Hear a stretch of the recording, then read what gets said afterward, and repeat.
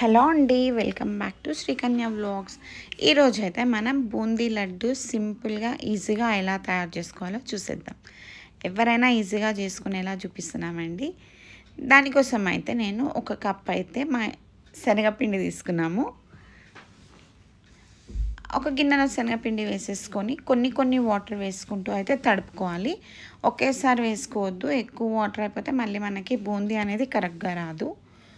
So కొన్ని వేసుకుంటూ అలా చెక్ చేసుకుంటూ మనమైతే పిండిని అయితే తడుపుకోవాలి.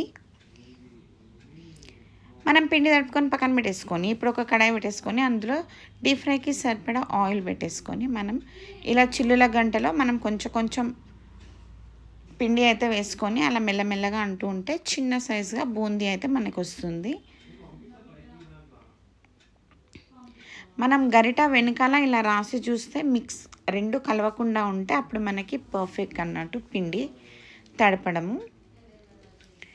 ఇది మనం పెద్ద మంట పైన పెట్టుకొని దబదబా తీసేసుకోవాలండి. ఎక్కువసేపు అయితే ఫ్రై చేసుకోవద్దు, లడ్డు కోసం. గట్టిగా అయిపోతే మనకి లడ్డూలు చుట్టడానికి అంటూ రాదు. సో ఫాస్ట్గా అయితే చేసేసుకోవాలి. మేమైతే పెద్ద మంట పెట్టేసుకొని దబదబా అయితే బూందీ వేసేసుకున్నాము.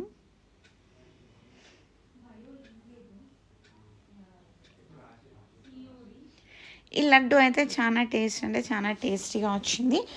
ఏ కప్పుతో అయితే మనం పిండి తీసుకున్నామో అదే కప్పుతో అయితే షుగర్ కూడా తీసుకున్నాము.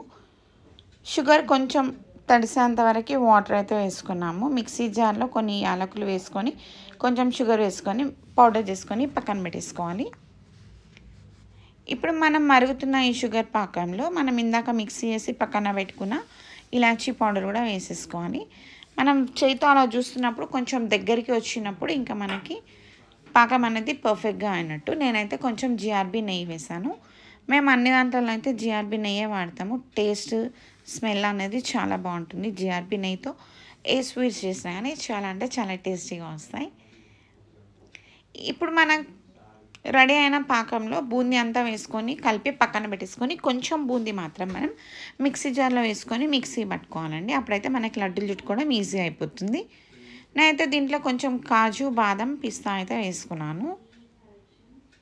ఇప్పుడు మన ఇష్టం, మనకు ఎంత కావాలో లడ్డు సైజు అంతా చూసుకొని అయితే లడ్డూలు చుట్టేస్తాం. ఇలా వేగంగా వచ్చేస్తుంది చుట్టుకోవడం.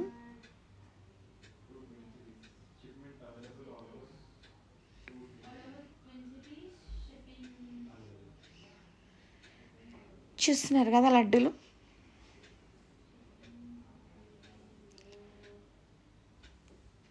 సూపర్గా ఉన్నాయండి లడ్డు. టేస్ట్ అయితే చాలా బాగుంది. తప్పకుండా మీరు కూడా మీ ఇంట్లో ఒకేసారి లడ్డుని ట్రై చేయండి, టేస్ట్ చేయండి.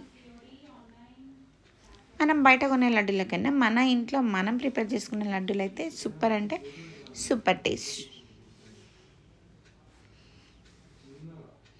అన్నీ ఇంకా మనం ఇలాగా చుట్టేసుకోవడమే అండి లడ్డూలు. ఇవైతే మనం వెంబడే డబ్బాలలో పెట్టేసుకొని మూత పెట్టుకోవద్దు.